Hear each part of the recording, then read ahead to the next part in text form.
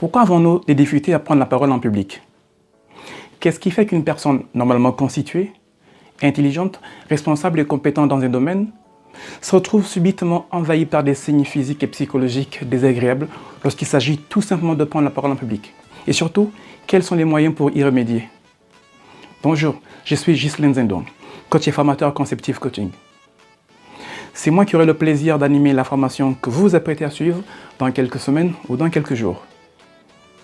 Que ce soit dans le cercle privé ou en milieu professionnel, les occasions de prise de parole en public sont de plus en plus nombreuses. Et si nous sommes souvent à l'aise dans des communications écrites, nous n'avons pas la même aisance lorsqu'il s'agit de prendre la parole devant plusieurs personnes. Quel que soit le sujet abordé et la connaissance que vous en avez, lorsqu'il s'agit de prendre la parole en public, vous êtes assailli par des pensées et des réactions physiques désagréables. Votre cerveau est comme pris d'assaut par de toutes petites voix, souvent négatives sur vous et sur la teneur de votre message. Conséquence, vous appréhendez le regard d'autrui, vous doutez de votre efficacité, vous doutez de vos compétences et même de votre légitimité. Vous avez peur d'ennuyer votre auditoire ou de ne pas avoir son approbation. Vous avez peur de perdre vos idées. Bref, il se passe plein de choses dans votre tête.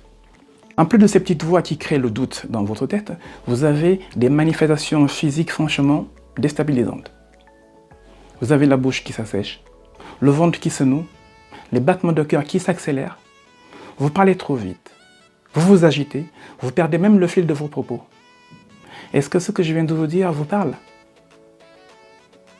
Si votre réponse est oui, je tiens à vous rassurer, vous êtes totalement normal et vous n'êtes pas un cas isolé. Et surtout, bonne nouvelle, vous pouvez changer le cours des événements dès aujourd'hui.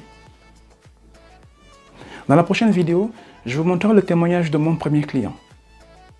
Quelqu'un qui a bien voulu se livrer pour vous et qui vous parlera de son combat pour vaincre sa peur de parler en public. Un problème qu'il a difficilement vécu, encore plus difficilement que d'autres car il était bègue, mais un bégaiement profondément handicapant pour lui. Aujourd'hui, vous le verrez, sa vie a complètement changé à tel point qu'il a fait la prise de parole en public son travail.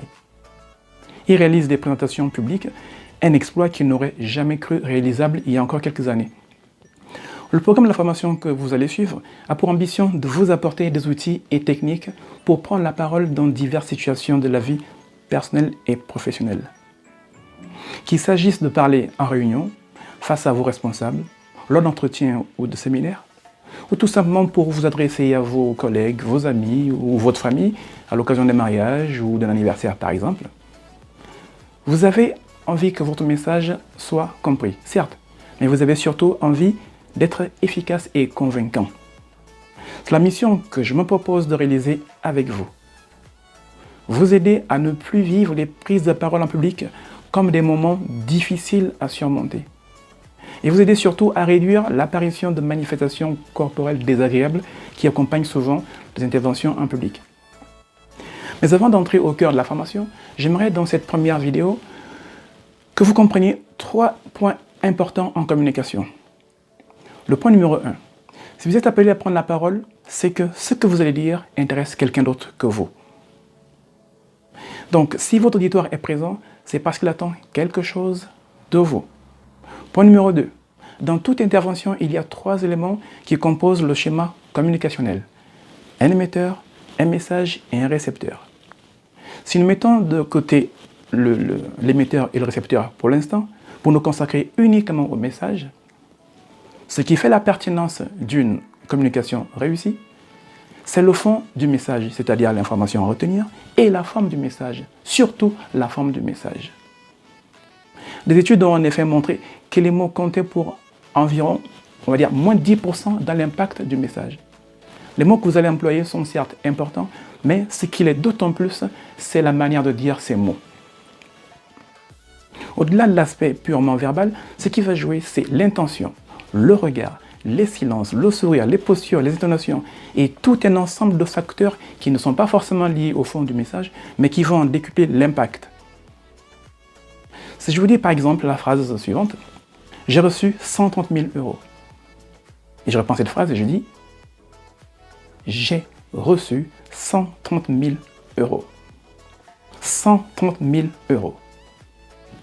Prenons une autre phrase. Ça, c'est un stylo. Ça, c'est un stylo.